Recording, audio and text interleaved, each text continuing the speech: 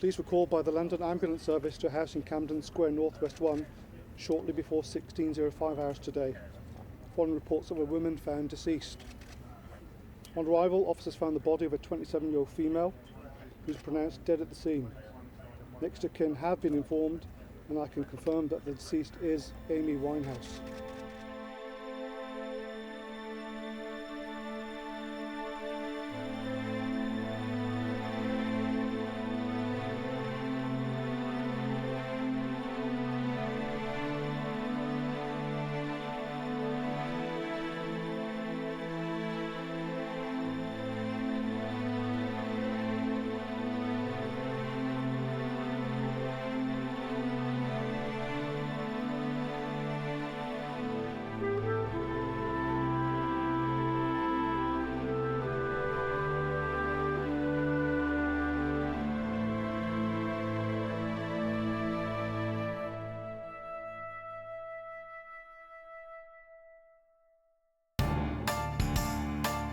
Amy Winehouse was one of the greatest singer-songwriters of her generation.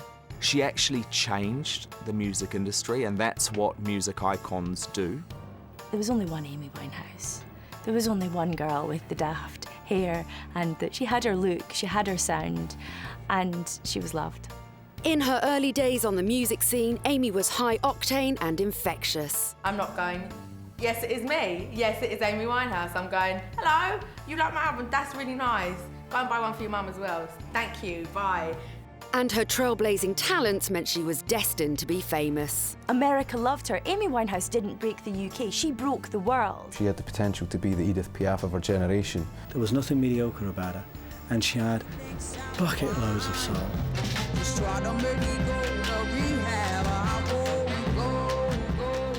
But Amy was headstrong and reckless, and her fame and fortune was gained at a terrible cost. Amy Winehouse's addiction would have started from a position of pain. Infamous pictures tell their own story. The star-crossed lover's relationship with Blake Fielder Civil, the addiction, the self-harming, the distraught parents. I think the damage that had been done earlier on, 2005, 2006, that kind of time, when she got into Class A drugs, I think it was beginning to manifest itself. And as her addiction took a grip, it seemed her life was going in only one direction.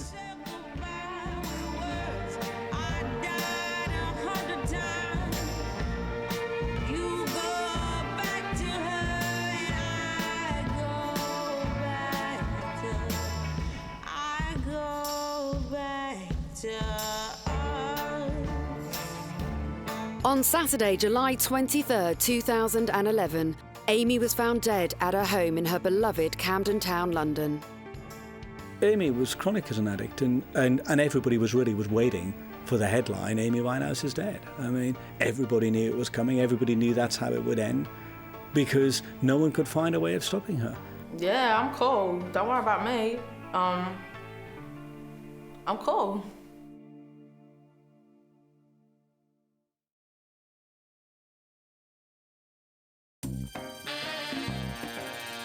I first met Amy in 2003 at the Brit Awards. It was the year before Frank was released. To be honest, nobody really knew who she was.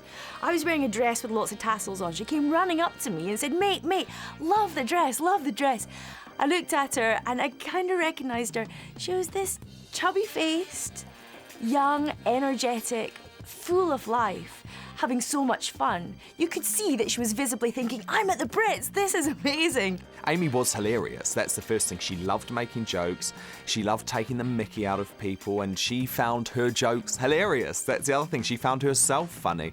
But yes, at the same time, she could be quite belligerent too. She could be quite rude. If she didn't want to do something, she'd say it. I mean, I think the fact of the matter is, when you are that under the influence of alcohol or drugs or whatever it happens to be, you lose your defences. They come down. So she didn't have that natural thing where she was polite to anyone. She just said what she thought all the time. Well, I'll be rude if I have to be rude. But I do that now, you know, I'm never going to change. I will be rude to you now if you were rude to me, but that will never change. I think she definitely had a big force behind her. So when she was in a room or backstage, everyone wanted to be around her. But at the same time, there was an element of morbid fascination, I guess, about just looking at how low at times she had come. Although her management tried to control Amy, it just didn't work. Towards the end of her life, if she was out and about, spotted a journalist she liked, she'd go over to them and hug them. Amy was all about the love, and that's what her dad Mitch said. She was all about loving. She loved too much, and she couldn't help herself. And at times she was very honest too, about how much she drank, about blotting out the pain. And a really candid girl that was almost lost in this world where everybody wanted a slice of her. People never used to come up to me in the street and say, "Oh my God, you're Amy Winehouse." People never used to say that, and they do now, but I won't say that's a change. I mean, that's an obvious change, but I'm not changing. I'm not going, "Yes, it is me. Yes, it is Amy Winehouse." I'm going, "Hello, you like my album? That's really nice. Go and buy one for your mum as well. Thank you, bye." A doctor is alleged to have seen Amy 24 hours before her death. She was getting weekly visits and reported all was well. He's not saying she's cured. He's not saying she's not an addict. He's not saying she's a paragon of health. The point is about addiction is one day somebody can look as if they're okay, and the next minute somebody tips them over their edge, and like Amy Winehouse, they can die. And we don't know what killed her yet. But whatever it was obviously linked to the addiction. She is said to have spent the night before her death in Camden Town, drinking with friends. Anyone who went out with Amy had never seen anyone drink so much vodka so fast. Her friend said that she could drink vodka all day. That combined with medication or drugs, and it could just have been a lethal cocktail. For a 27-year-old girl, she looked great when she was able to doll herself up, put on the makeup, but you could tell sometimes she was very thin. I think the real tragedy is that there were glimmers of hope, that sometimes she did look okay, she was trying to write songs, she was able to perform now and then. And that's the real tragedy, that we thought she might just get there. Much of Amy's addiction was blamed on her relationship with her ex-husband, Blake Fielder Civil, a notorious substance abuser. Their romance was tempestuous and volatile. They couldn't live with each other, and they couldn't live without each other. Blake's mother, Georgette, described them as soulmates. Amy's father, Mitch, did everything in his power to tear the couple apart. At certain points in time during Amy's life, it'd be fair to say that Mitch actually hated Blake Fielder Civil. When I talked to him, he was so angry. The girl that he knew and loved had changed so dramatically. She was always a bit of a terror, certainly huge personality. Perhaps she had an addictive personality all along. But she went from a girl who actually was very anti-drugs, even cannabis, when she was a teen, to meeting Blake and becoming a fully fledged addict. Amy's album, Back to Black, was inspired by Blake, and she had his name tattooed over her heart. Weeks before she died, she had told a friend, "He is the only one who can save me."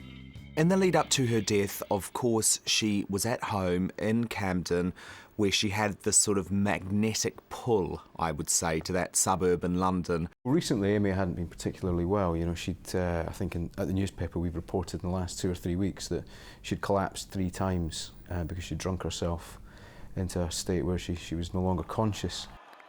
Plans for a summer comeback had been written off after a shambolic drunken concert in Belgrade, where she was booed off stage.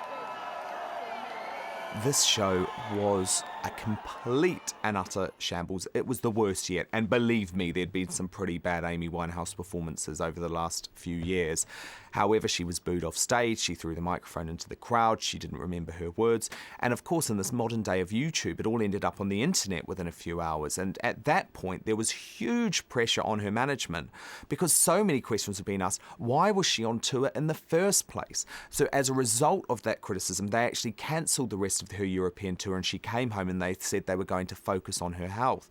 When you've been put up there, when you've had 5 Grammys in 1 year and a Brit Award for Best Female, and then you go from that to being booed, to being panned, how would you take that? and somebody like Amy wasn't strong enough to take it. After the travesty of the Belgrade concerts, Amy retreated back to Camden to lick her wounds. She became secretly engaged to film director Reg Travis, but Blake was still very much on her mind. There was speculation, actually, that in the final days, Amy had been having these conversations with Blake Fielder Civil, her ex-husband who was in prison, and that perhaps Reg Travis, who had been her on-off boyfriend for some time but had been very close to Amy, had actually overheard some of those conversations and had ended up calling things off with Amy. Now, that would have led to a very volatile situation if it is the case. Could that, and her tour cancellation, have driven Amy over the edge? She was spending a lot of time in Camden, drinking a lot, of course, and on quite a few benders, it appears, before that terrible day. Security checked on Amy in the morning on Saturday at 10 o'clock and she was still breathing, fast asleep. And they checked again in the afternoon and she wasn't breathing, so there's about 6 hours between her last being checked and the time she died. At the shocking news of her untimely death, Amy instantly became immortalised, joining the notorious 27 Club. And look at the names: Jimi Hendrix, Janis Joplin, Jim Morrison, Kurt Cobain.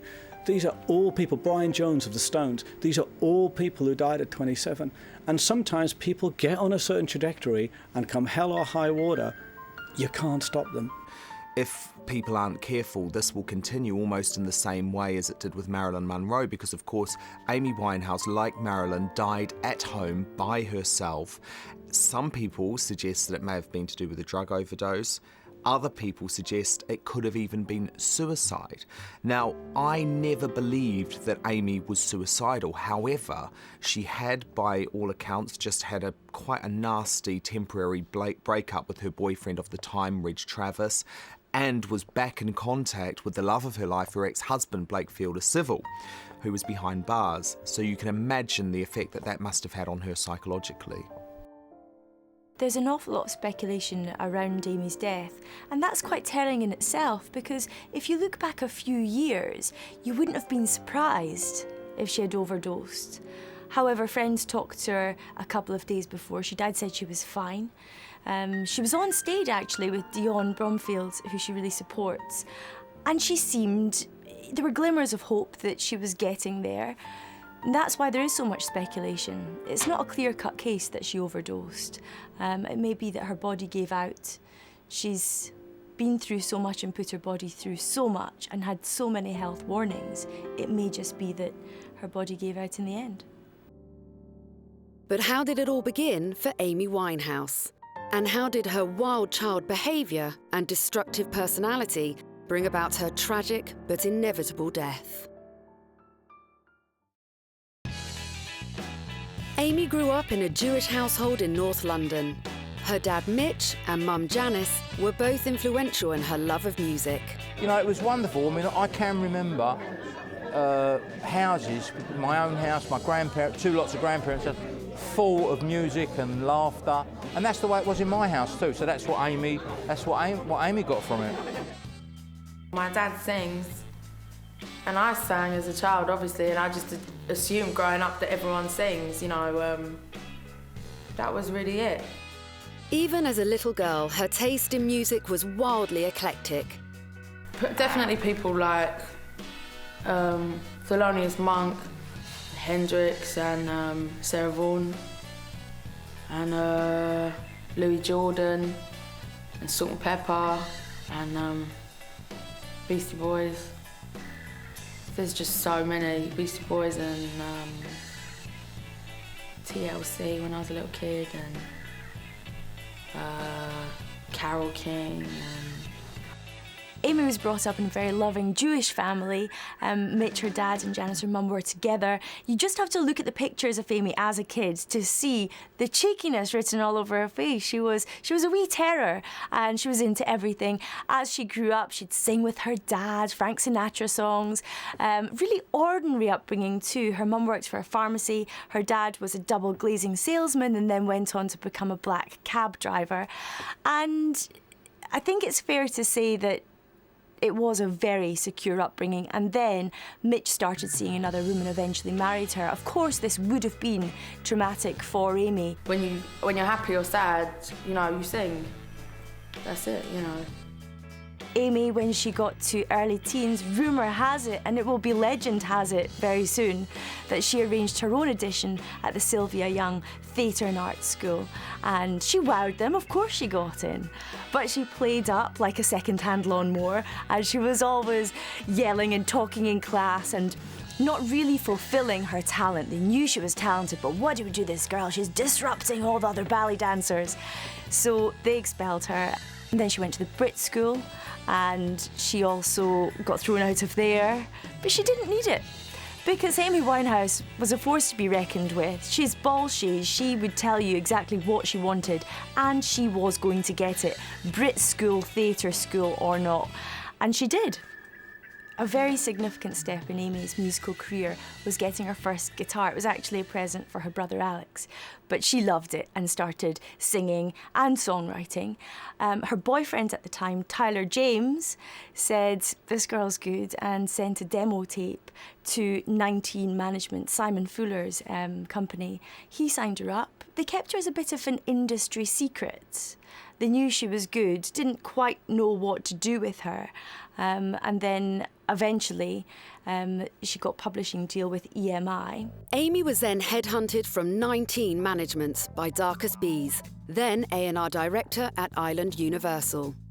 By now, she had totally aligned herself to the strong R&B and hip-hop movement rushing through the British music scene. I was very influenced by jazz and hip-hop from early, you know, from maybe, I mean, seriously, I mean, that I knew that it would be the thing, the direction I would follow in my life. Maybe when I was 13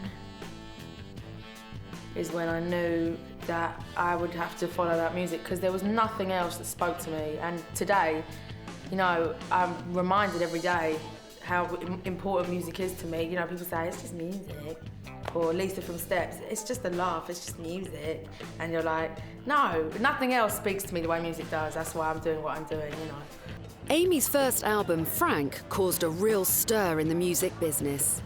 Apart from 2 covers, every song was co-written by Amy and heavily influenced by jazz producer Salaam Remi.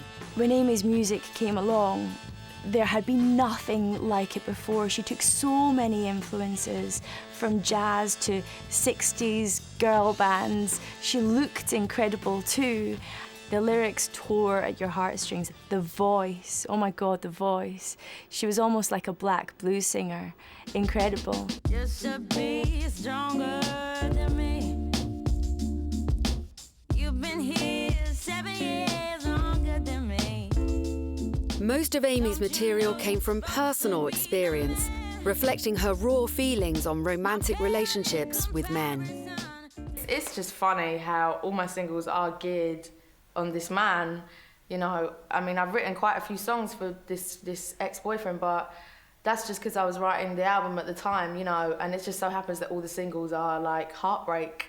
Like, they're the 3 songs from when we split up, like the serious songs. So I might never be able to get a boyfriend again. The album was nominated for Brit Awards in 2004 for Best Brit Female Artist and Best Brit Urban Act. Wish I could say it breaks my heart like you did in the beginning.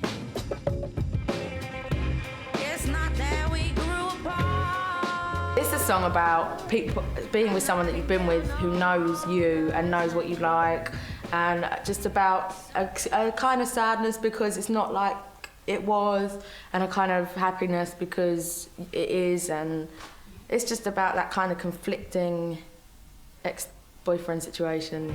You'll never get my mind right, like 2 ships passing in the night, in the night, in the night. Want the same thing when we... Later that year, Amy won the Ivor Novello Award for Best Contemporary Song with Stronger Than Me.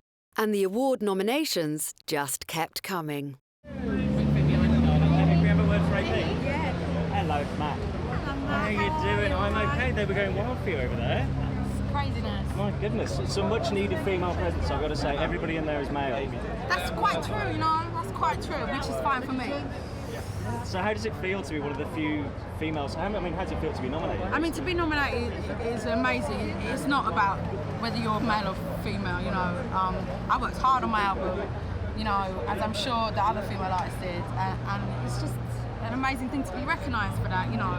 Because this is it, because I mean, you're up for 2 Mobos. What would you rather win if you could choose one, and why? I mean, you know what, just the nominations in themselves, to be honest, the Mobo nominations and this nomination, it's such an honour, you know. I thought I'd get overlooked in the Mobos. I never dreamed I'd even be nominated for a Mercury, so they're both such esteemed prizes, you know, such esteemed things, you know.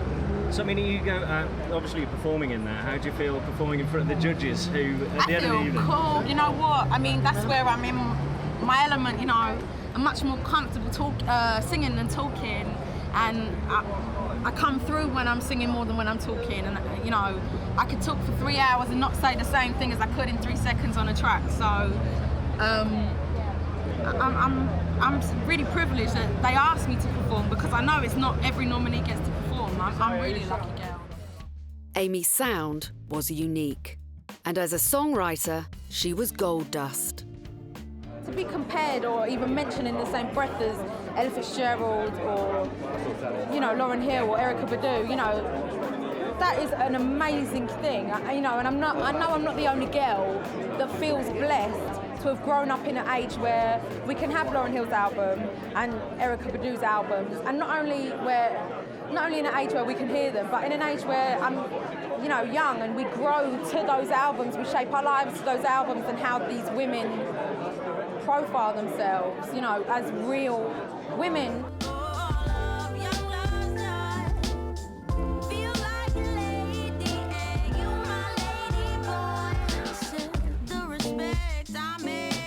She put so much soul into her music. She wrote her songs herself, and when she wrote her song, it was like putting her blood and guts on the table. And that's what made her so special. That this is not like some kind of, you know, manufactured pop. This is somebody who writes from the heart, who sings from the heart, who performs for the heart.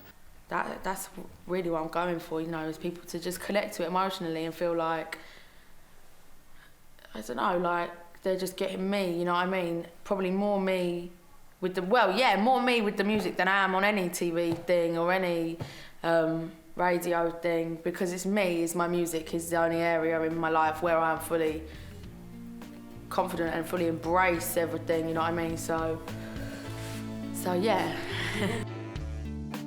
One of Amy's greatest loves was 60s girl groups. She borrowed the instantly recognisable beehive hairdo and Cleopatra makeup from the Ronettes. It was an iconic look that many teenage girls were keen to follow. And even got the approval of fashion designer Karl Lagerfeld. And Amy Winehouse, what do you think of her and her I think she's a very gifted person, and I like this hairdo. I took it as an inspiration because, in fact, it was Brigitte Bardot's hairdo from the late 50s and 60s. She used to invent that, what the French called the choucroute, and she made it with her dark hair. So I thought it was the right moment, because for me it's a double clin d'oeil. It's Brigitte Bardot and Amy Winehouse.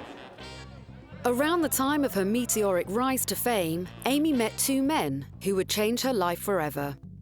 Uber-trendy record producer Mark Ronson and a new lover called Blake Fielder-Civil.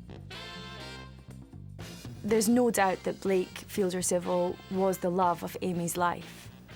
I think when it was great, it was wonderful. I think she'd never experienced happiness like that. Also fair to say that she was the one who had the high-flying career. He was a runner for music videos. She loved him. She loved the way he looked. She loved the hats he wore. She thought that he was the male version of her. She thought he was perfection. They were complete and utter soulmates. She adored him, he adored her, and they almost couldn't live without each other.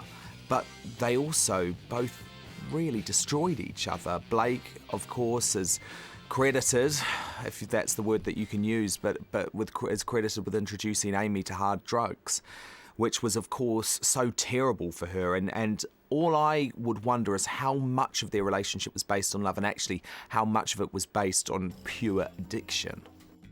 Mark Ronson's relationship with Amy was more creative and productive.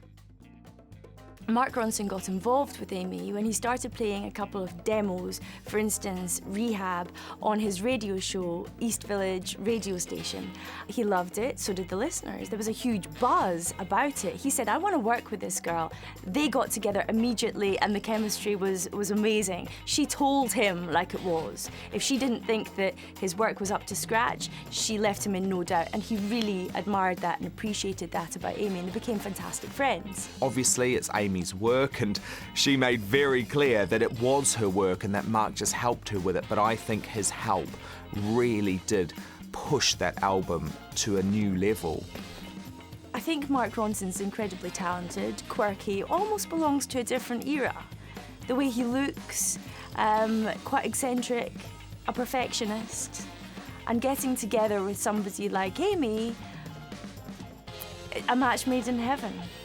Because they didn't follow the normal route of let's tick the boxes and make a hit. They thought, no, we'll do it our way. We'll create something original and something, ultimately, that will absolutely last the test of time. The combination of Winehouse and Ronson was musically electric. Back to Black was created. And it would go down in history as one of the most highly original albums of the 21st century.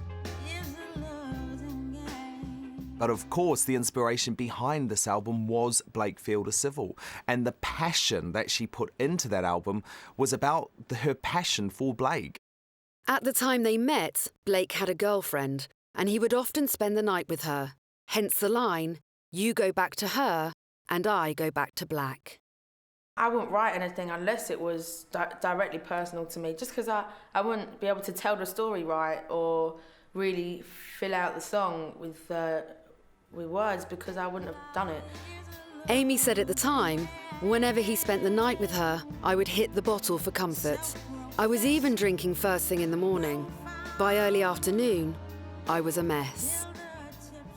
The one thing that continues to interest me is human behaviour and interaction between two people, or even the relationship between me and inside me. As Amy became more and more dependent on drugs and booze, her record company then tried to get her to go to rehab. And of course, she was having none of it.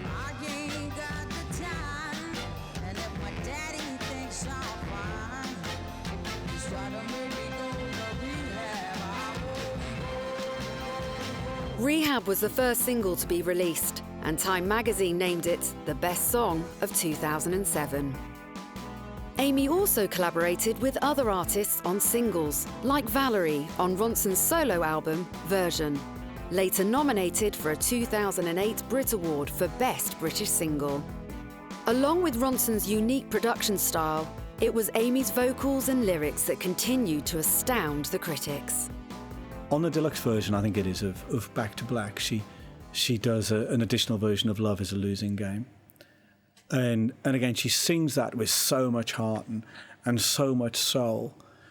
And then when the song's finished, she turns around at the end, there's a pause, and you to hear her say, "Is that all right?" And you can see in that both her brilliance and her insecurity. She's just done something totally incredible, totally magical. She's done a rendition of this song that could move a stone statue to tears. She's really delivered this. And then she says, "All right," because she needed the approval of others. She was incredibly, and when she was performing on stage, she was sometimes looking for reassurance from the band. Sometimes people who are brilliant sometimes don't realise quite how brilliant they are, and Amy was one of those, and perhaps it was her brilliance in some ways, and coping with that brilliance and the effect of that brilliance that drove her to addiction. It can be draining when you have written a song about something very, very serious to you.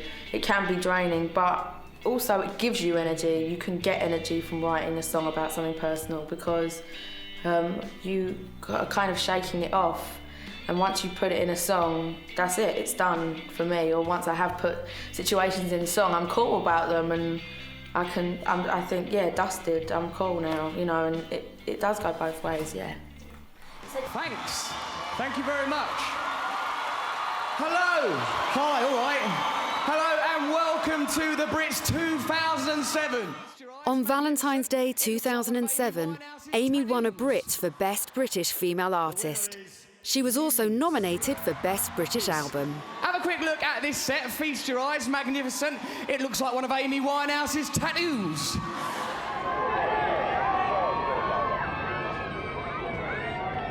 It's been an amazing year for you. I mean, do nominations mean much to you? It's very pleased to be acknowledged, definitely. Because you've got one of these, you know, back home. I mean, what does it do when you take one back? Does it change your life?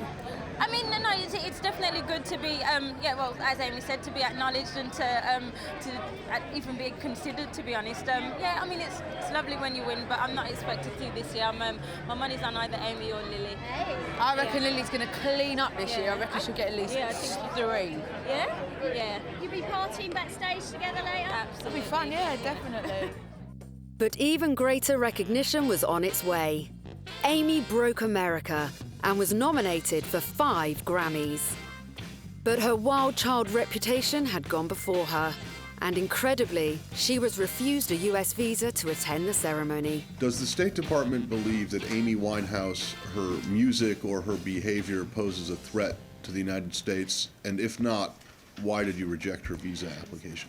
The State Department believes that she is ineligible for a visa under the terms of the Immigration and Nationality Act. I don't believe anyone ever used the word threat associated with it, but there are many reasons for which individuals are not eligible or otherwise need to have a waiver processed. The main point in this, Matt, is she's not eligible under the basic terms of the law unless a waiver is processed for. She's asked for one. I understand Department of Homeland Security is considering it, and we'll see what happens. How ludicrous is that? I think the American music producers were pretty embarrassed by that. Amy got round it and thankfully did a great performance from the UK on a live link. And the more you look back, and it's easy to say this in retrospect, the more you look back at Amy Winehouse's life, you just think she was a living legend. Who else would do that? Who else would be banned from America and still be cool and show them that she was here in the UK? And yeah, her reputation grew from there too. And back in Britain, the awards just kept on coming. How did it feel to actually win the award? It was cool.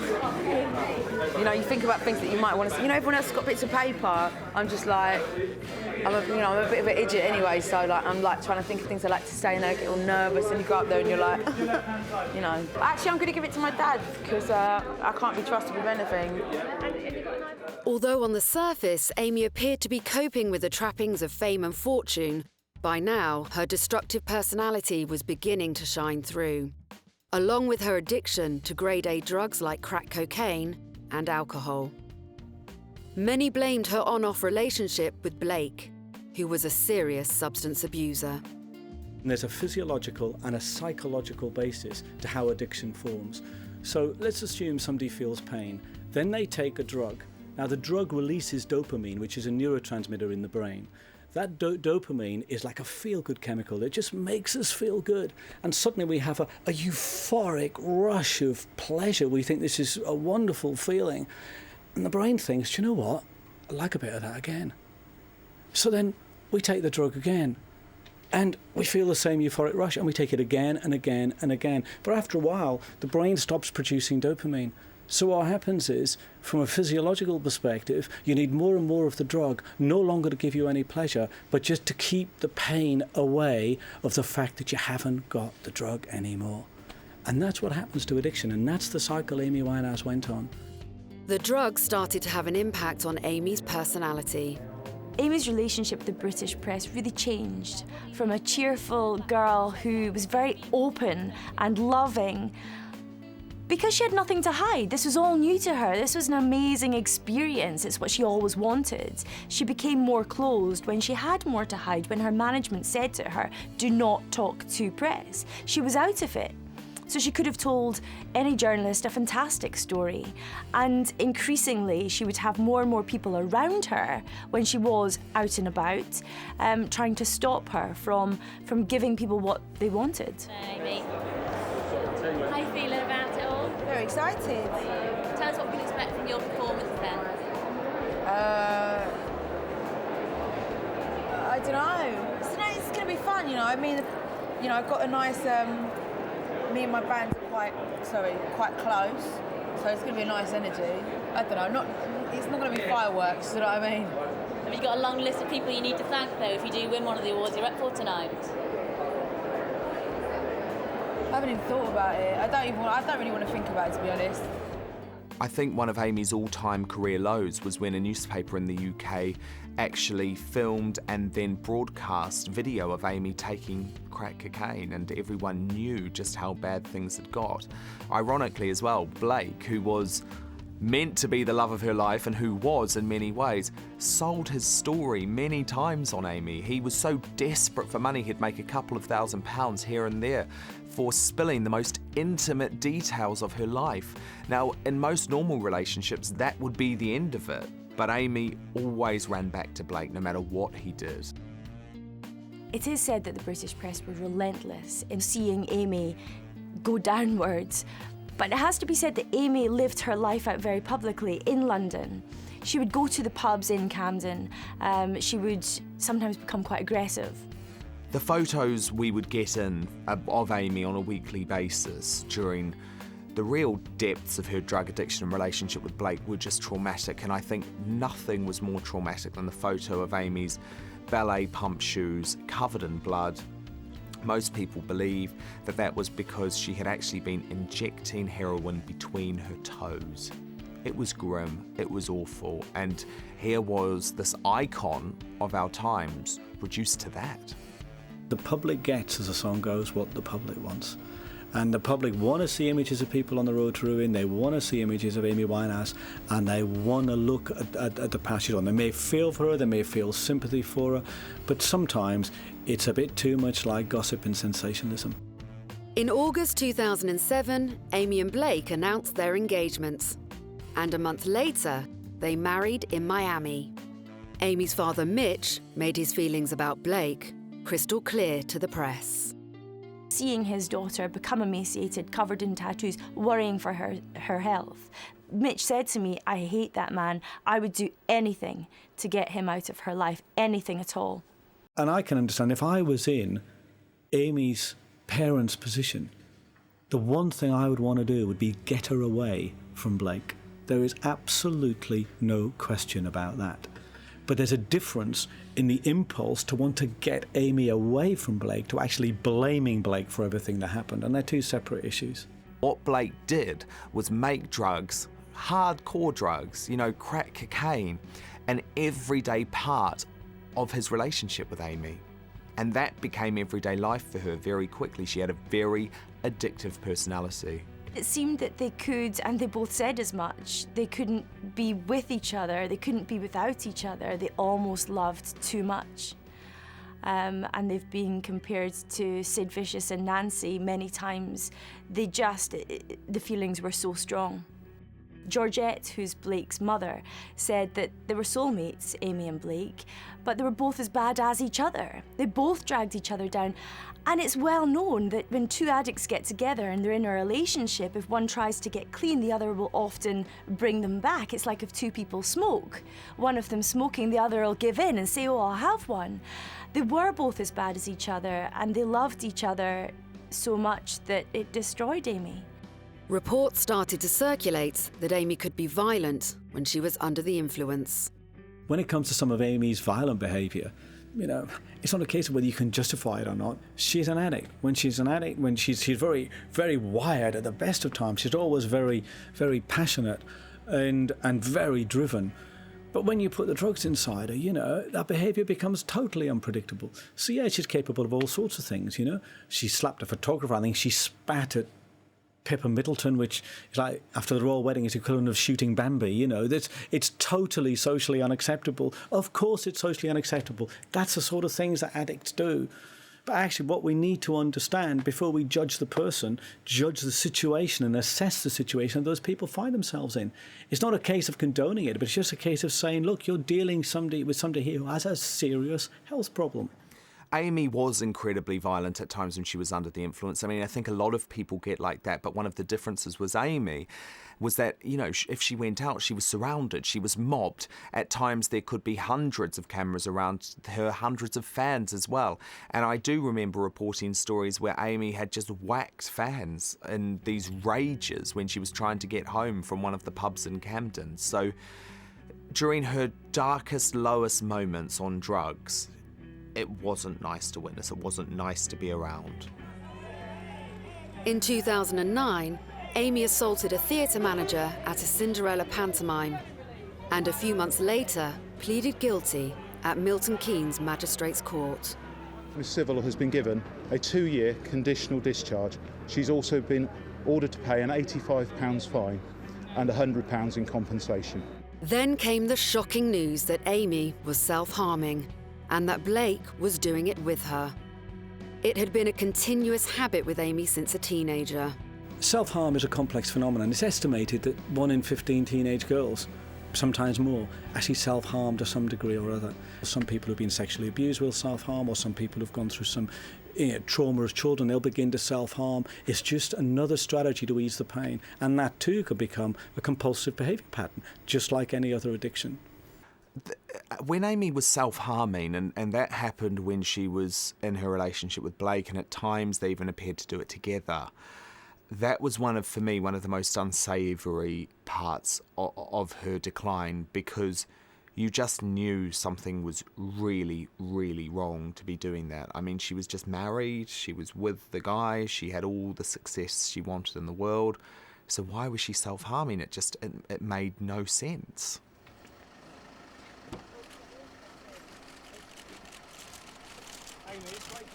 The couple's marriage became more and more volatile, and in August that year, Amy was rushed to hospital after a heavy binge of heroin, ketamine, cocaine, and ecstasy. As they spiraled into addiction, Amy and Blake's lives became like a soap opera. Blake was arrested a few weeks later for assaulting a barman and carrying an imitation firearm. He was sentenced to nearly 3 years in jail. In the end, Amy would do anything for Blake. She was desperate to keep him out of prison, and there are rumours that she even tried to pay people off to keep Blake out of the police cells. But it just didn't work. She couldn't do it. He was a bad apple, and he was always going to go down. The next chapter in the Amy Winehouse story saw Amy retreat to the Caribbean island of St. Lucia in an attempt to get her music career back on track. Meanwhile, Blake remained in prison. She did actually spend weeks and weeks on end in St. Lucia. I think the record company thought this would be a good opportunity for her to finally work on that third album.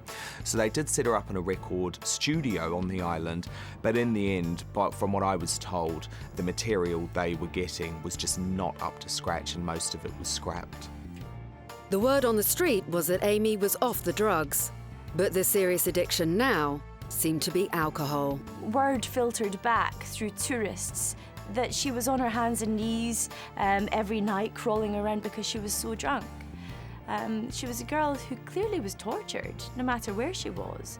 I mean, she drank every day, she'd have tequila for breakfast. There were loads of reports about her getting freaky with some of the locals there, and obviously she had some romances on the island as well, which weren't necessarily a bad thing, but I think the fundamental point is that it showed even when you removed Amy completely from the lifestyle that she was used to, actually, there was no getting away from the fact that this was an addicted woman, an addict in the true sense of the word. People have said, was St. Lucia a good or a bad thing for Amy Winehouse? But, it's just a place. Amy Winehouse took herself and her problems and her addiction wherever it was she went.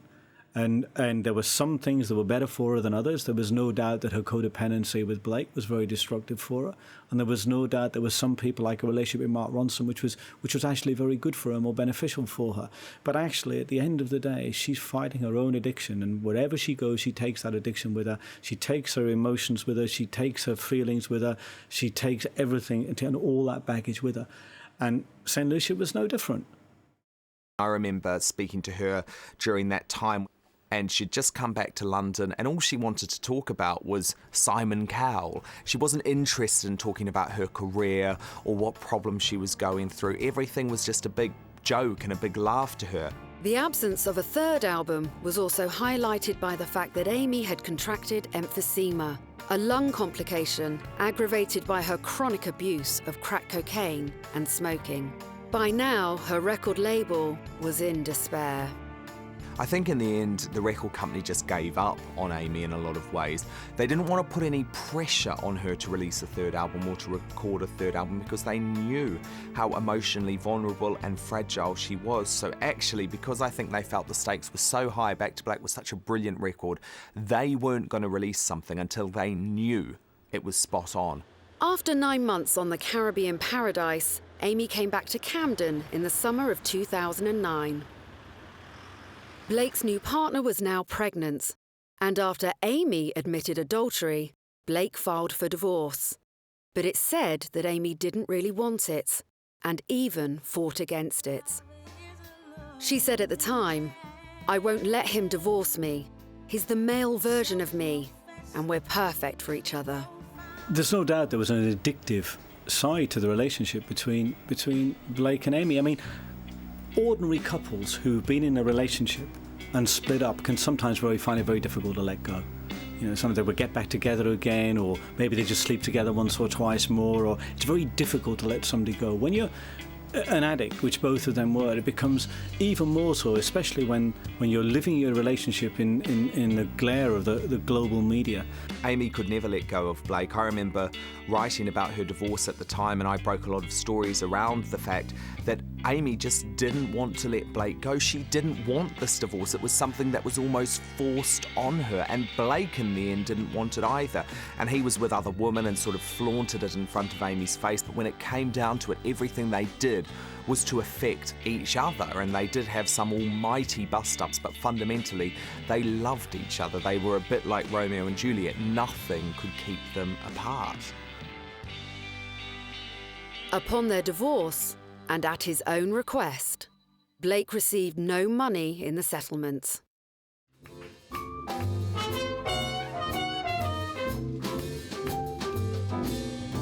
By now, Amy's dad Mitch had carved out a name for himself as a Frank Sinatra-style crooner. It was clear where Amy got her musical drive from. Well, now this is my first affair, so please be kind. Amy said to me 5 or 6 years ago, "Dad, why don't you do an album?" And we kind of agreed to do it, but then Amy, as is well documented, became ill, and the timing wasn't right. And then she got better, the timing got better. So, you know, we decided to do the album now. Mitch is a huge personality as well, and actually you can see where Amy got a lot of her personality from, because he was a normal black cab driver who actually became famous off the back of Amy and then launched his own music career off the back of Amy.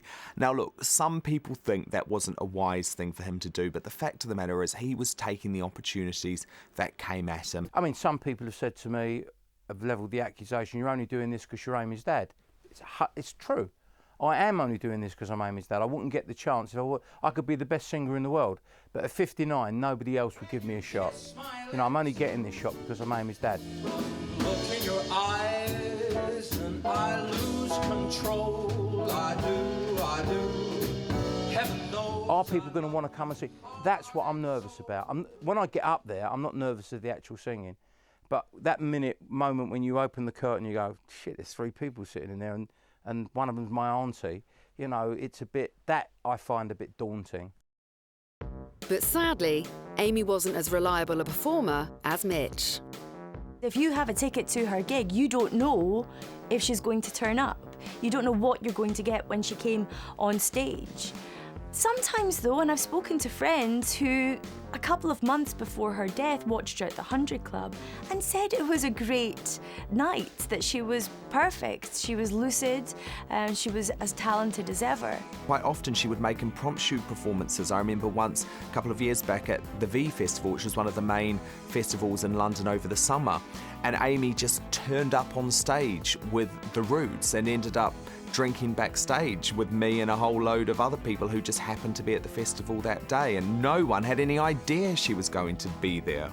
On that occasion, Amy was just out to party. She wanted to have fun, she wanted to get up on stage, she wanted to have a few drinks backstage. But actually on a day like that, that was actually Amy at her best, because there were a lot of industry people around. She had her security guard with her, and because it was at a music festival and she was in an artist area, she wasn't going to be mobbed too much. But you know, I remember all of the members of other bands who were there at the time, the only person they were actually interested in talking to was Amy Winehouse. She was such an icon, even to celebrities. The thing about an addict is their lives are chaotic. And it's not just the external manifestations of that chaos that people see. Their unreliability, their inability to sustain relationships, their codependency on destructive with people who are in a destructive relationship with them, their withdrawal from relationships like with their family, etc., their inability to create. It's also the inner chaos. It's the chaos we don't see. That when they put their head on the pillow at night, the chaos that's running through their heads, you know. Despite all of Amy's problems, music producer Mark Ronson, now a rising star, was still keen to work with her. Mark Ronson and Amy Winehouse always had an electric relationship. When they worked together, it was so inspiring. And also, of course, they were very good friends. And Mark was horrified as he watched Amy's decline, and he did everything he could to try and help. So, for example, he wanted to record the theme song with Amy for the James Bond movie Quantum of Solace. She'd be perfect at it. The big booming Shirley Bassey-esque voice, but done in Amy Winehouse style. But when she turned up, the drink, the drugs affected her performance. She couldn't perform. There'd be another bender, or she'd fall asleep in the studio. It was a disaster for him. How's it all going? Yeah, really well. What about the Bond theme? Are you going to do that? Well, to be honest, I don't know, I had a bit of a deadline, but everything I'm writing is so kind of atmospheric, and it's some sound effects and all of that kind of stuff that I'm sure they'd like anyway. So if they like one of them, they can have it. And what would you say to your fans who are worried about you? I'm all right.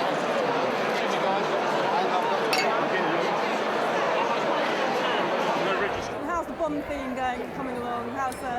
I'm not allowed to talk about that. Sorry. And then actually, it was really tragic that in the final days, Amy even very publicly dressed Mark down on Twitter. She'd read an interview that he had done where he claimed some of the credit for Back to Black, but in actually quite a nice way. And Amy took to her personal Twitter page and basically told him that Mark was trying to take half the credit for her work, and that he was trying to build a career out of her, and that he needed to get over it, bruv, in her words. Behind all the drugs, there is a person. You've got to understand who's speaking. Is it the drug speaking, or is it the person speaking? And I believe that Mark Ronson was not only obviously great for Amy Winehouse, and they had a very close bond, but I also believe that when she attacked Mark Ronson, deep down, she loved him and she felt very connected to him. And that's the drug speaking. He was devastated because it was like he was being cut off from one of the best people he'd worked with, but a great friend. He had to think, though, well, the girl's ill. And I don't think that it actually affected the way he thought of her in the end, because when Amy died, he said, "I've lost my little sister." There's the famous song, you know, you always hurt the ones you love, you know. And with an addict, they always hurt. They hurt themselves far more than they hurt anybody else, but they always hurt the ones they love because, you know, most addicts are covered with guilt or shame, or they judge themselves very harshly, but then they resent others for judging them. They withdraw from social contact. They feel sometimes incredibly hostile towards people who are simply trying to help them.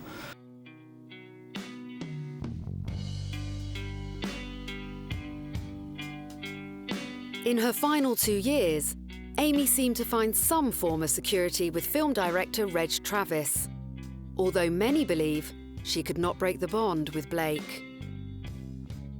There's no doubt Amy was still in love with Blake at the end of her life. She really couldn't accept that he was with another girl, that he had a child. What's really heartbreaking is that Amy Winehouse said, "I love singing, but I was put on this earth to be a wife and to be a mother."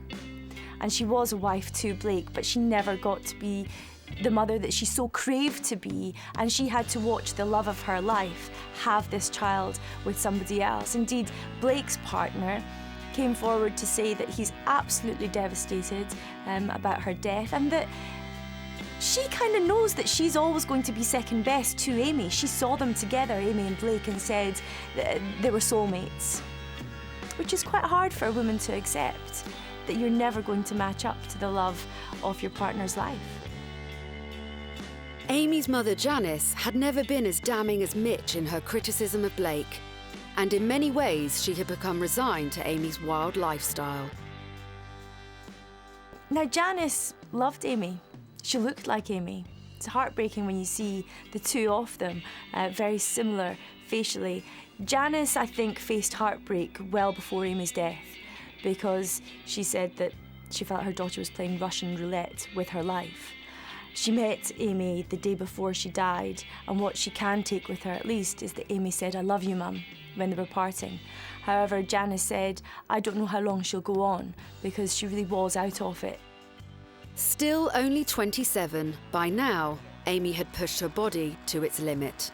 Amy was completely ravaged by her years of drug addiction, crack cocaine, and then she had emphysema, which was really made things particularly difficult for her from a health perspective, and meant that her addiction to alcohol became even more traumatic to her physically.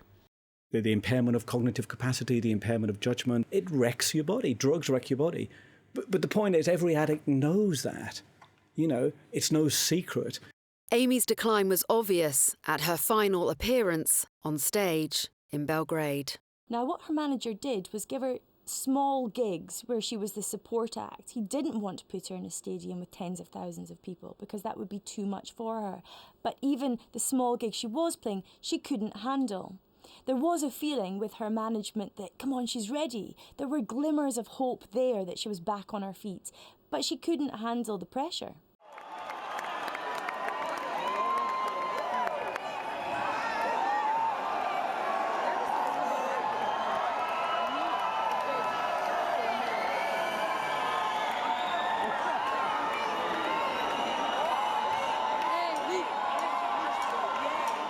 When she was booed that night in Belgrade, well, it's a vicious circle. She probably took drinking drugs to bolster her confidence, and then when she was on stage, people booing, it shattered her confidence so much.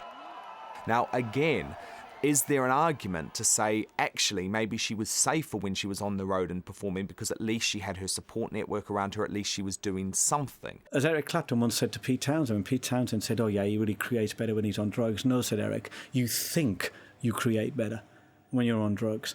And sometimes, because addicts become unreliable and because their lives are chaotic, and then there's external pressures on them to do what they used to do before, which is write great songs or create great books or perform brilliantly in public, and they can't do it anymore. They're shot. They can't do it. And then that creates an added pressure, and that's the cycle that goes on, and that undoubtedly happened with Amy.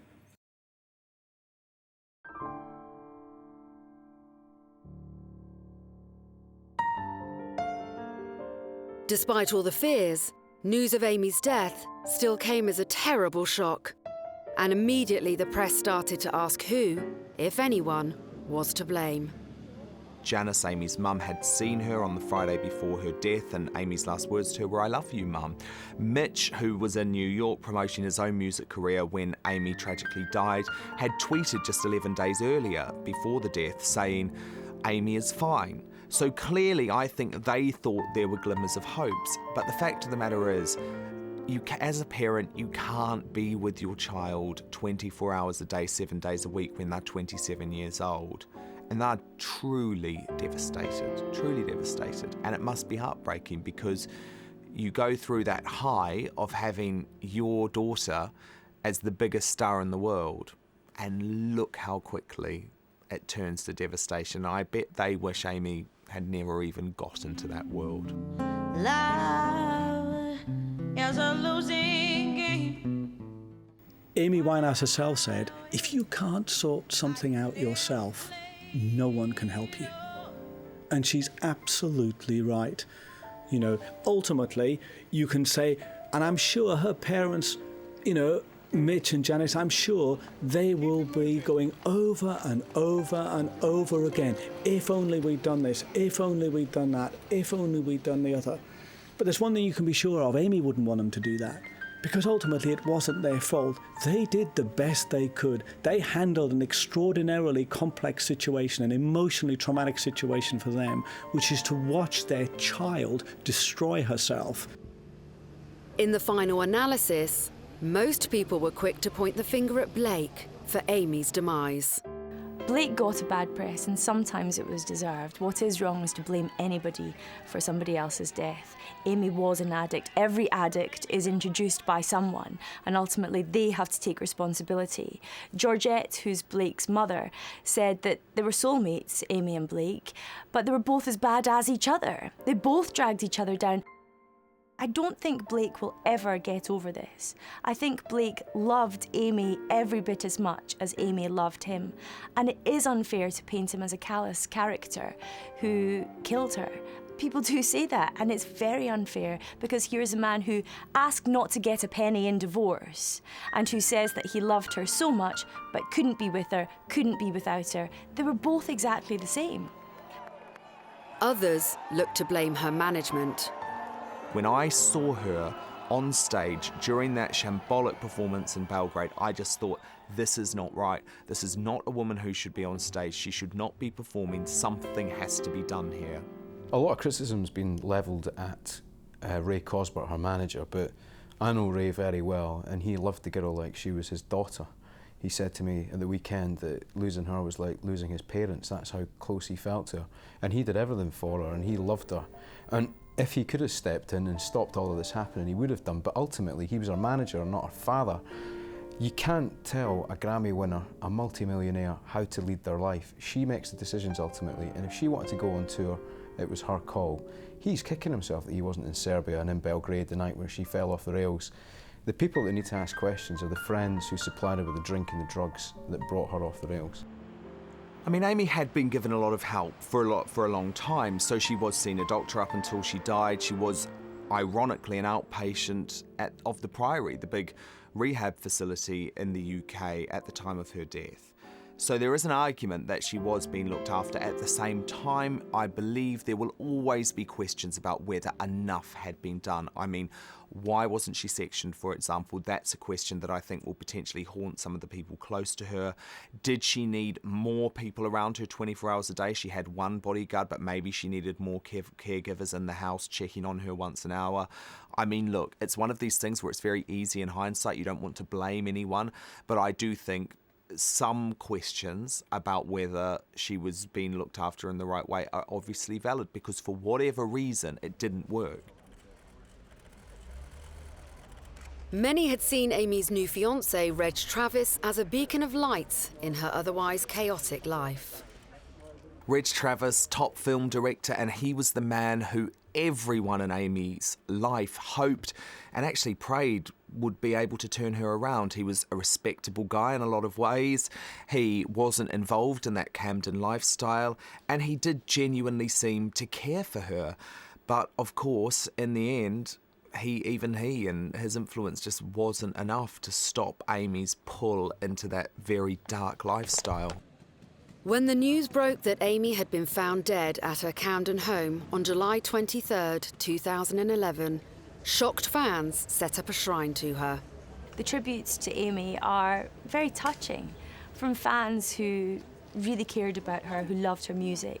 You have handwritten letters, many saying, "You touched my life and I'll always remember you." There are vodka bottles, whiskey bottles, packets of fags. And actually, I think it's very respectful, because what they're trying to do is show a little light, say that you were a live wire, you were somebody who lit up life. and we're just trying to remember you as a legend. I wasn't surprised by the huge volume of fans who wanted to pay tribute to Amy.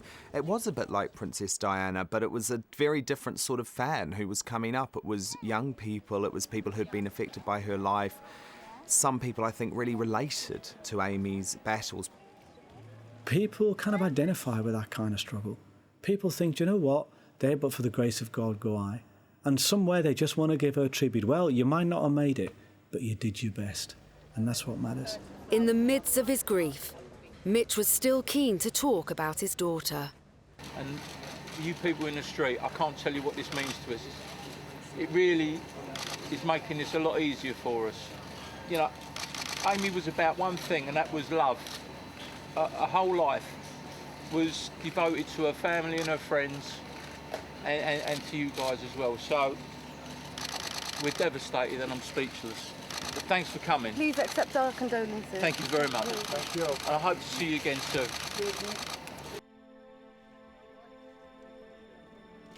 Amy's funeral service at Edgwarebury took place soon after her death in accordance with Jewish tradition.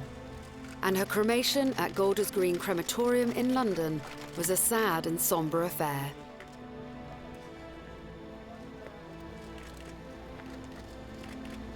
I met Mitch twice and interviewed him extensively both times. The first was the first time he'd actually publicly been interviewed, and it was maybe 6 years ago when Amy was really quite ill.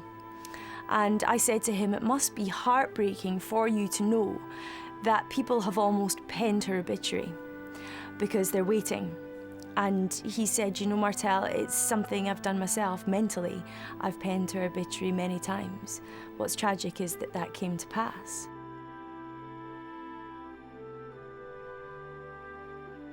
Of course, it was Mitch who gave Amy's eulogy at the service. The one person conspicuous by his absence was Blake Fielder Civil. It's not surprising that reports suggest that he didn't attend out of respect for Amy's family. He never thought he would see the day when the love of his life wasn't there anymore. We all knew it could happen, and he was in touch with her until the end because she wanted him back. And if he could have found a way, he would have been with her. He just couldn't find that. He said that his tears will never dry. He will never, ever recover.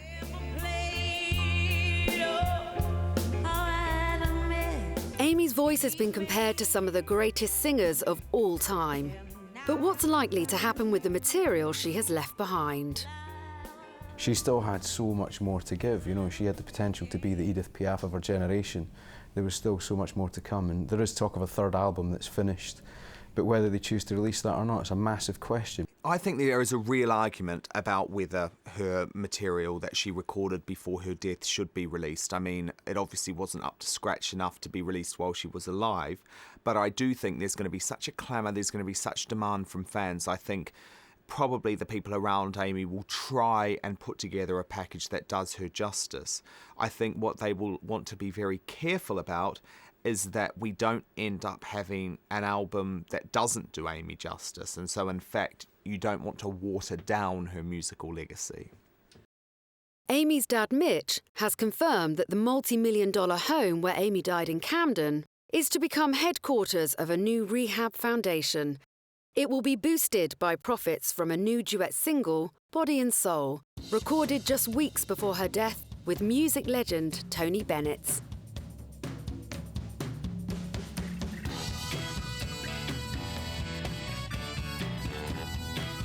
Ever controversial, this was Amy Winehouse. Brilliant, tempestuous, unpredictable, and funny. She was also the most original and sparkling talent of her generation, compared to the likes of Janis Joplin and Judy Garland. She was an icon in Britain, especially for 20-somethings in Britain. She represented a new breed of pop star. Amy's legacy will be to last forever. The terms legend and genius when it comes to singer-songwriters are way too overused. Amy deserves them, she absolutely does. There's only one album that was amazing, but my God, what an album it was. It will be played forever. She had her look, she had her sound, and she was loved. I also think she should be remembered as a songwriter. Incredible lyrics, incredible melodies, and also she was groundbreaking. Adele, Lady Gaga and Rihanna have all said that if it wasn't for Amy Winehouse, they wouldn't have had their success. So I think that's one of the reasons she is so significant and so iconic, because she actually changed the music industry, and that's what music icons do. To her parents, she'll just be the daughter they loved and always will love. You know, to Blake, it'll be the woman he felt most connected to and possibly more connected to than anybody else he'll ever get connected to in his life. And to her fans and to music critics, she'll just be remembered as somebody who produced some of the best, most soulful and wonderful music of anyone of her generation. Like I said, it's the only thing where I'm truly comfortable, is writing music and singing, you know. One thing is for certain, she will go down in music history as one of the greatest female singer-songwriters of the 21st century.